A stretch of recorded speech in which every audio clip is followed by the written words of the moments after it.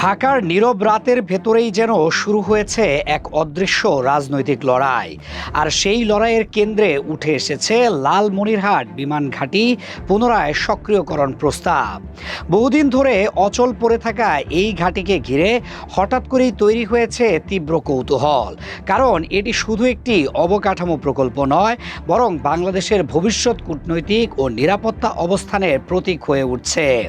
ক্ষমতার পালাবদলের পর নতুন নেতৃত্বের সামনে এই ফাইল যেন এক বড় পরীক্ষার নাম, যেখানে প্রতিটি সিদ্ধান্তের সঙ্গে জড়িয়ে আছে আঞ্চলিক রাজনীতি, অর্থনীতি এবং জাতীয় আত্মপরিচয়ের প্রশ্ন। নতুন রাজনৈতিক বাস্তবতায় তারেক রহমানের সামনে এই প্রস্তাব একদিকে যেমন সম্ভাবনার দরজা খুলছে, অন্যদিকে তৈরি করছে জটিল সমীকরণ। দীর্ঘদিন ধরে বাংলাদেশ ভারত সম্পর্ক নানা সমঝোতা ও নির্ভরতার ভারসাম্যে দাঁড়িয়েছিল, কিন্তু এখন প্রশ্ন উঠছে, এই ভারসাম্য কি একইভাবে বজায় থাকবে, নাকি নতুন সরকার ভিন্ন পথে হাঁটবে?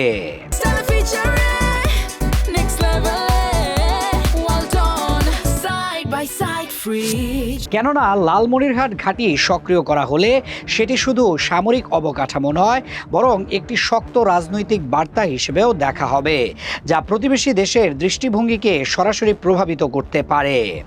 ভারতের অবস্থান ইতোমধ্যেই স্পষ্ট। সীমান্ত ঘেঁষা কোনো বিমান ঘাঁটি তাদের নিরাপত্তার জন্য ঝুঁকি তৈরি করতে পারবে বলে তারা মনে করে।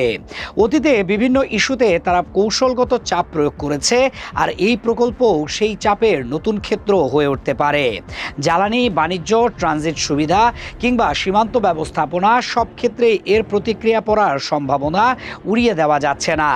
ফলে ঢাকার সিদ্ধান্ত কেবল অভ্যন্তরীণ উন্নয়নের বিষয় নয়, বরং একটি বড় আঞ্চলিক সমীকরণের অংশ হয়ে দাঁড়াচ্ছে।